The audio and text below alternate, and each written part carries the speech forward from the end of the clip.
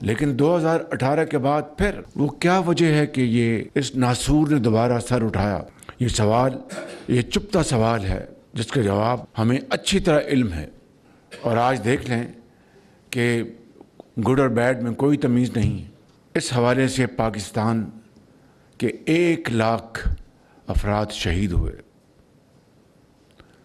जिनमें अफवाज पाकिस्तान के अफसर, सिपाही शहीद हुए, पुलिस के, रेंजर्स के, आम शहरी, और उनके खून से दहशतगर्दी का ख़ात्मा हुआ।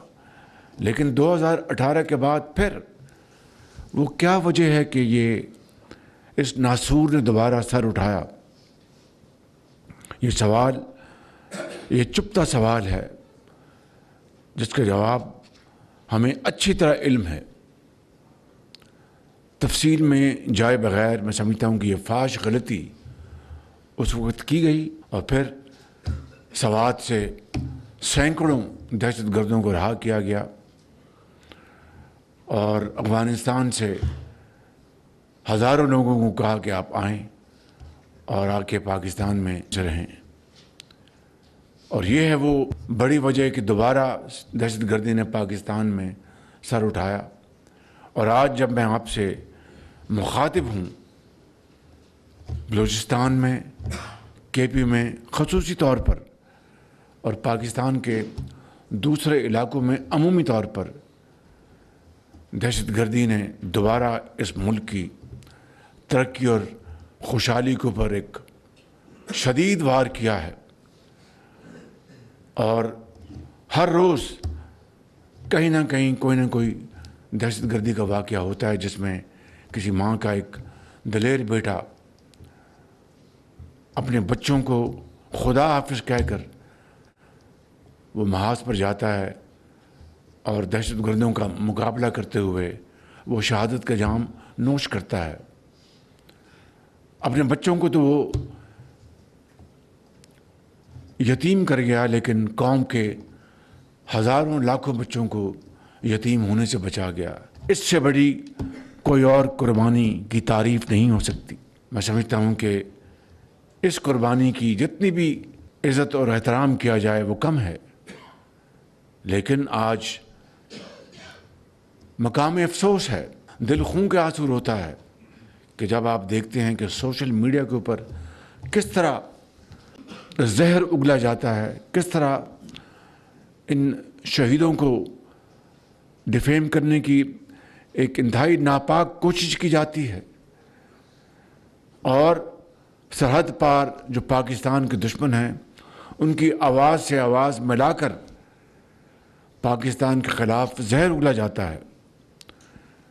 तो मैं समझता हूँ कि आज ये वो वक्त है कि हमें इसका भरपूर जायज़ा लेना होगा और ये तमाम खारजी पाकिस्तान के अंदर और बाहर जो पाकिस्तान के दुश्मन हैं, इनका मुकम्मल तौर पर जब तक कला कमा नहीं हो जाता ये कौम चैन से नहीं बैठेगी। आपको इल्म है कि 2010 के NFC अवार्ड में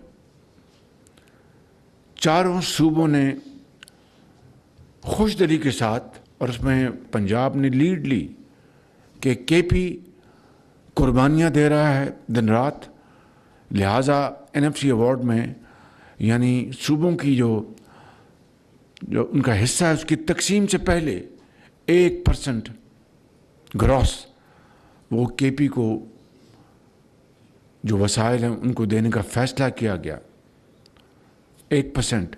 ये 2010 में अवार्ड साइन हुआ चारों सूबों के दरमियान और आज 2026 है।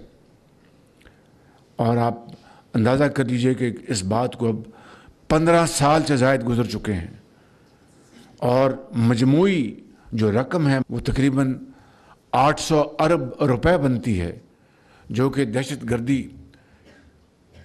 से निपटने के लिए केपी में जो कैपेसिटी बिल्डिंग थी उसके लिए चारों सूबों ने अपनी खुशी से कंट्रीब्यूट की इतनी बड़ी रकम, और जो हनूज जारी है। इसी तरीके से आप देखें कि बलूचिस्तान के लिए भी NFC अवार्ड 2010 में 100% उनके जो वसाइल की उसमें इजाफ़ा किया गया। उसमें भी चारों सूबों में से पंजाब ने अपना हिस्सा काट कर बलूचिस्तान के लिए काम किया। मैं कहना ही चाहता हूँ, ये कोई बड़ाई की बात नहीं, ना कोई एहसान है। पंजाब अगर तरक्की करता है और बाकी सूबे तरक्की नहीं करते तो ये पाकिस्तान की तरक्की नहीं है। पाकिस्तान की तरक्की तभी होगी कि चारों सूबे उस तरक्की की दौड़ में बराबर के शरीक हों। ये मेरा जुज़्व ईमान है और मैं समझता हूँ कि इसको पूरी पाकिस्तानी कौम और ये मौजूदा हुकूमत मुकम्मल तौर पर शेयर करती है। यही वजह है कि आज बलूचिस्तान में वो जो खूनी सड़क है जो कराची से शुरू होती है और चमन तक जाती है 850 किलोमीटर, उसके लिए 400 अरब रुपए मुख्तस किए गए। बलूचिस्तान के उनका अपना जो हिस्सा है, फंड है, उसमें से एक धेला भी उनसे कंट्रीब्यूट करने के लिए नहीं कहा गया। अभी बलूचिस्तान में ज़िम्मेदारों के लिए सोलर पैनल्स का एक प्रोग्राम मुकम्मल हुआ है जिसमें 75 अरब रुपए लगे। उसमें 50 अरब रुपए वफाक ने दिए और आज अल्हम्दुलिल्लाह वो ज़िम्मेदार जो हैं बहुत खुश हैं और वो ट्यूबवेल्स उनके चल रहे हैं। इसी तरीके से आज़ाद कश्मीर गिलगित बल्तिस्तान में दानिश स्कूलों का जाल बिछाया जा रहा है। पूरे पाकिस्तान में वफाक की तरफ से जो हमारे हाई अचीवर्स हैं, आउटस्टैंडिंग हमारे स्टूडेंट्स, जो उनकी परफॉर्मेंस उनके मैट्रिक के इम्तिहान में या ऊपर के जो क्लासेस हैं ए ग्रेड लेते हैं, A+, उनको मेरिट की बुनियाद पर लैपटॉप दिया जाता है ताकि उनकी हौसला अफजाई हो।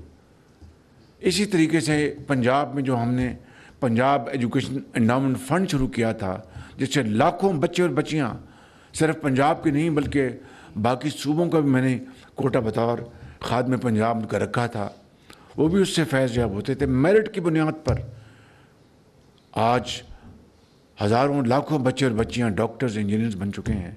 अब ये पाकिस्तान एजुकेशन एंडाउमेंट फ़ंड बन चुका है जो कि चारों सूबों को बच्चों और बच्चियों को उनकी मेरिट की बुनियाद पर उनको वज़ाइफ देता है। अभी हालिया महीनों में 1000 बच्चे और बच्चियां फ्रेश एग्रीकल्चर ग्रेजुएट्स उनको चीन भिजवाया वफाक ने जदीद ज़राअत के मैदान में जदीद अलूम की तरबियत के लिए, और वो अल्हम्दुलिल्लाह चीन की आला तरीन यूनिवर्सिटियों में वो ट्रेनिंग लेके वापस आ चुके हैं। बलूचिस्तान से, सिंध से, KP से, पंजाब से, आज़ाद कश्मीर से, गिलगित बल्तिस्तान से। अब वो मैदानों और खलिहानों में जाएंगे और जाकर वहाँ पर फार्मर्स के साथ मिलकर ज़रूरी इजनास और ज़रूरी पैदावार को बढ़ाने के लिए अपना पूरा रोल अदा करेंगे। ख़ितामन में ये कहना चाहता हूँ कि KP 1947 में रेफरेंडम हुआ और बड़ा ज़ोरदार रेफरेंडम हुआ फॉर एंड अगेंस्ट, और KP के अवाम ने, उस वक्त फ्रंटियर प्रोविंस था, उन्होंने दिल खोल कर उन्होंने रेफरेंडम में पाकिस्तान के हक़ में वोट दिया। ये KP के अवाम की अजीम बसीरत थी, अजीम सोच थी कि हज़रत कायद आज़म को उन्होंने उनकी लीडरशिप में उनके साथ पूरी तरह कंधे के साथ कंधा मिलाया। और जब 1971 की जंग हुई तो KP के अवाम ने वॉलंटरीली अफ़गानिस्तान के साथ ट्रांजिट ट्रेड बंद कर दी गई, ऐसा ना हो कि अफ़गानिस्तान चुपके से हिंदुस्तान की मदद न कर रहा हो। इसी तरीके से मैं समझता हूँ कि KP को अल्लाह ताला ने बेपनाह मादनियात की दौलत से नवाजा है, बेपनाह। और ये आपका बहुत खूबसूरत प्यारा सूबा है और ये वसाइल पाकिस्तान के अवाम और KP के अवाम की फलाह और बहबूद के लिए खर्च होंगे। मैं किसी सियासी बहस में जाए बगैर ये कहना चाहता हूँ कि सिर्फ आप अंदाज़ा फरमाएं कि अगर 10 साल का, पिछले 10 साल का अगर आप एक मवाजना करें केपी की तरक्की और खुशहाली का सफ़र सिंध के साथ, पंजाब के साथ, तो बलूचिस्तान के साथ, तो दूध का दूध और पानी का पानी हो जाएगा। मैंने आपको बताया कि जो NFC अवार्ड में